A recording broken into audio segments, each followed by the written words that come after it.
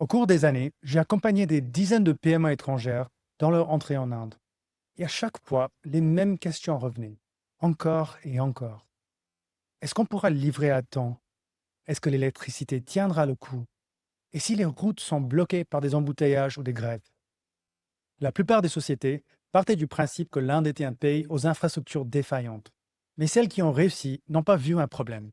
Elles ont vu plutôt une réalité à intégrer dans leur plan stratégique. Bienvenue dans ce nouvel épisode de notre série dédiée aux PME qui souhaitent réussir en Inde. Aujourd'hui, nous plongeons dans un sujet crucial, les défis liés à l'infrastructure et comment ils peuvent être transformés en levier stratégique pour votre entreprise. Dans les épisodes précédents, nous avons exploré le cadre réglementaire indien, ainsi que les dynamiques du marché et la concurrence. Aujourd'hui, concentrons-nous sur un pilier souvent sous-estimé, mais essentiel, l'infrastructure, et plus particulièrement comment elle peut influencer vos opérations et votre rentabilité. Commençons par le premier défi, le développement inégal. L'Inde est un pays immense, avec une population de plus de 1,4 milliard de personnes, réparties sur 28 États et 8 territoires administrés. Et comme vous pouvez imaginer, l'infrastructure ne se développe pas de manière uniforme partout. Dans les grandes villes comme Mumbai, Delhi ou Bangalore, vous trouverez des aéroports modernes, des routes bien entretenues, des zones industrielles équipées. Mais dès que vous sortez de ces hubs, les conditions peuvent changer. Imaginez une PME manufacturière établie dans une région où l'électricité n'est pas toujours disponible. Une panne de courant peut entraîner des arrêts coûteux de la production, endommager du matériel sensible ou retarder des livraisons critiques. Ou encore, pensez au transport. Une entreprise qui doit expédier ses produits à travers le pays peut rencontrer des routes saturées, des états frontaliers mal connectés ou une manque d'entrepôts modernes dans certaines zones.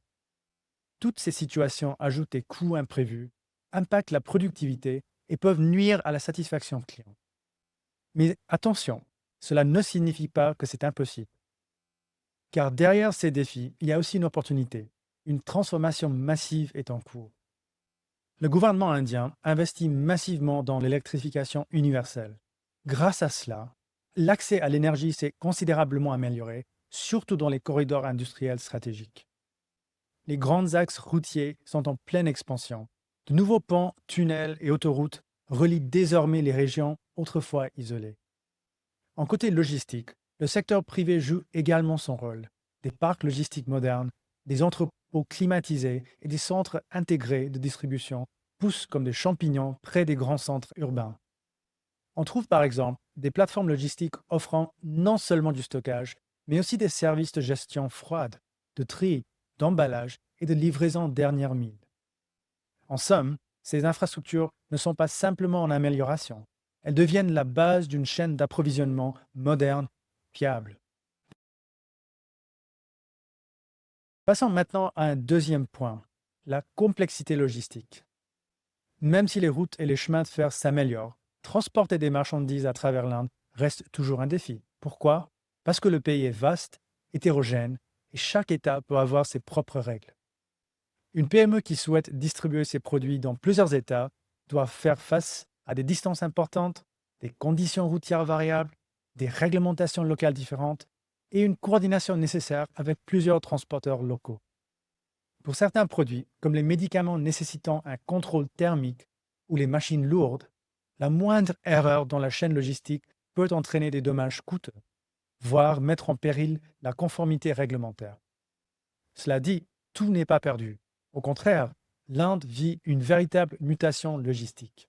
Des projets comme les corridors ferroviaires dédiés au fret permettent d'acheminer les marchandises plus rapidement. Des plateformes numériques facilitent la gestion du transport et du stockage en offrant une traçabilité en temps réel. Et surtout, des acteurs spécialisés apparaissent. Les tiers prestataires logistiques, les 3PL, ces entreprises disposent de réseaux nationaux, d'outils technologiques avancés et d'une expertise locale précieuse.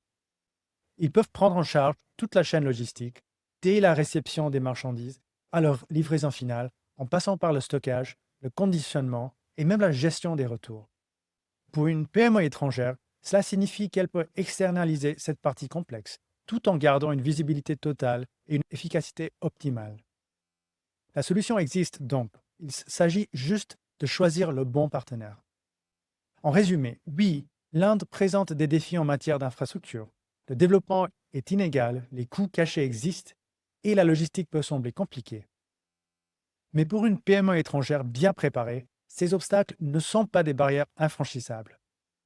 Ils sont plutôt des opportunités pour tirer parti de la révolution infrastructurelle en cours, s'intégrer à des écosystèmes logistiques modernes et construire une opération solide et durable, capable de soutenir une croissance à long terme.